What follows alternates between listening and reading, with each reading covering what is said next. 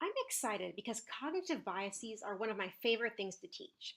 We like to all think that our brains work pretty well, but they do all kinds of sneaky things to us when we aren't paying attention. When you think of biases, you might think of prejudices or stereotypes. And it's true, these are a kind of bias. But cognitive bias includes a lot more than that. Here's a simple example. Take a moment, pause this video, and write down two lists of English words. The first list is words that begin with the letter R. The second list is words where R is the third letter. Okay, which of these was harder? R is a pretty common letter in English. In fact, it's more common as a third letter than as a first.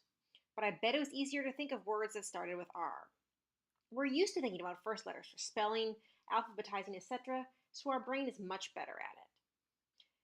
So that example isn't likely to affect your negotiating tactics. It's just an example of the sorts of cognitive biases that push us into one way of thinking or another.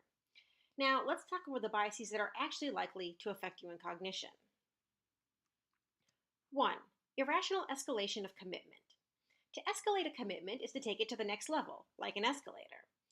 Irrational escalation is when we double down well beyond the point of reason. You've probably seen two strangers on the subway get mad at each other and engage in irrational escalation of commitment.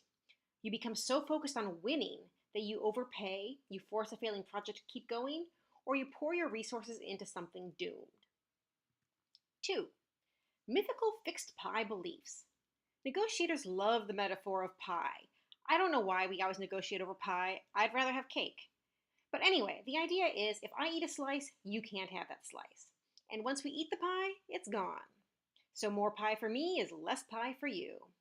And of course, this is maybe true if we are stranded on a barren desert island with nothing except one pie. But most of the time, there are other choices. We can go buy a second pie. Maybe you'd rather have cookies. Maybe you'll give up pie if I promise to buy you a puppy instead. Anyway, you get the idea. There are almost always other options we can bring in if we just broaden our minds a little bit.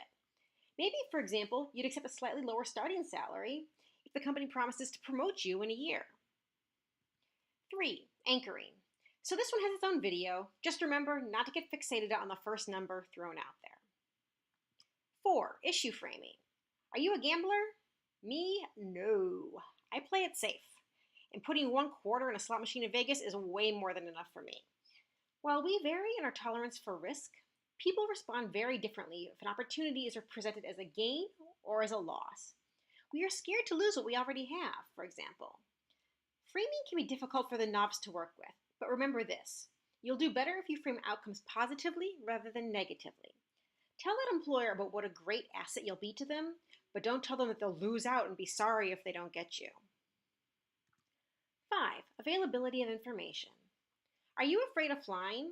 Lots of people are, even though statistically it's much, much safer than driving. So why are we more scared? For one thing, many more people are hurt in any one crash, and it's always going to make the news. So airplane accident information is much more cognitively available to us than car accident information. It's similar to why we're more scared of sharks than mosquitoes, even though mosquitoes can cause far more deaths. This can cause distortions in our information gathering. For example, people who have had very bad experiences are more likely to review restaurants on Yelp or their employer on Glassdoor. If we habitually use Glassdoor to look up company information, it's probably less accurate than an industry survey. So these are the first 5 biases, and there are 5 more, but those will be covered in the next video.